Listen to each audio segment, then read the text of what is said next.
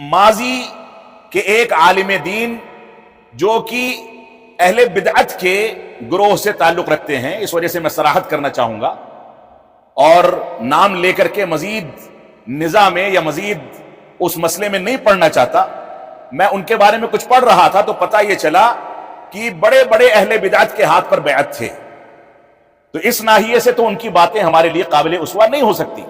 लेकिन ये निकात जो उन्होंने जिक्र किए हैं, क्योंकि ये अहले इल्म की मजलिस है और वो सही और सकीम में, अच्छे और बुरे में फर्क कर सकते हैं।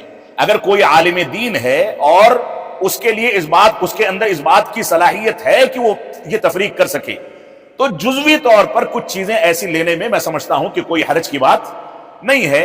लिहाजा उनके उस मसलको मनहज से बराअत के साथ जो चीजें उन्होंने जिक्र की हैं, उन चीजों में एक चीज का इजाफा करने के साथ मैं इन बातों को यहां जिक्र करूंगा। उन्होंने सुलूक से मुतालिक 13 निकात का तस्करा किया है, जबकि इसमें सबसे पहला नुक्ता क्या होना चाहिए था जिसके वो खुद शिकार थे। सबसे पहला नुक्ता क्या होना चाहिए था जिसके वो खुद शिकार थे। उन्होंने लिखा है कि उलमा और मुस्लिहीन इन फितनों के शिकार हो चुके हैं। उससे पहले जिस मकतबे फिक्र से उनका ताल्लुक है, मैं कहूंगा उससे पहले इन सारे के सारे फितनों से कहीं ज्यादा बड़ा फितना और हसास फितना जो इंसान को कभी कभार शिर्क और कुफ्र तक ले जाता है, जो बिदआत और खुराफात का फितना है, ये खुद उसमें मुब्तला थे। तो इनको अपने इन निकात में सबसे पहले ईमानदारी का सबूत देते हुए यह कहना चाहिए कि उलमा और मुस्लिहीन जिन फितनों का शिकार हैं, उनमें सबसे पहला फितना अहले कलाम से तासुर हासिल करने का फितना है, अहले बिदअत की तकलीद का फितना है, बिदअती उमूर को इख्तियार करने का फितना है।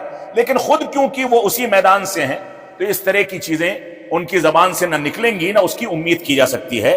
बहरहाल मैं यहां पर चंद निकात का तस्करा करके अपने खिताब को खत्म करूंगा। उलमा और मुस्लिहीन के फितनों में पहली चीज, जबकि पहले का तस्करा मैंने कर दिया जो होना चाहिए, पहली चीज है मसलहत अंदेशी का फितना। हम अपने माशरे में जब काम के लिए मैदान अमल में जाएंगे तो इन चीजों से हमारा सामना होगा। बहुत सारी जगहों पर अपनी अना को अपने सामने रख करके ज़बाह करना पड़ेगा। बहुत सारी जगहों पर उम्मत और जमाअत की मसलहत के लिए अपनी बहुत सारे मुतालबात और बहुत सारे इम्कानात को कुर्बान करना पड़ेगा। और दीन की दावत हमेशा ऐसे ही चलती है।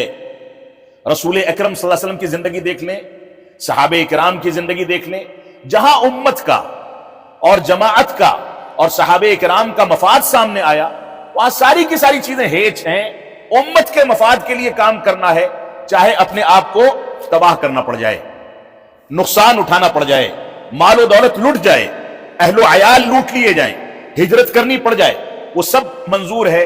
लेकिन जमाअत और कौम और उम्मत के मफाद पर कोई आंच आ जाए, इस बात को हम बर्दाश्त नहीं कर सकते। ये जज्बा हर तालिब इल्म और हर आलिम दीन और हर मुस्लिह के अंदर होना चाहिए।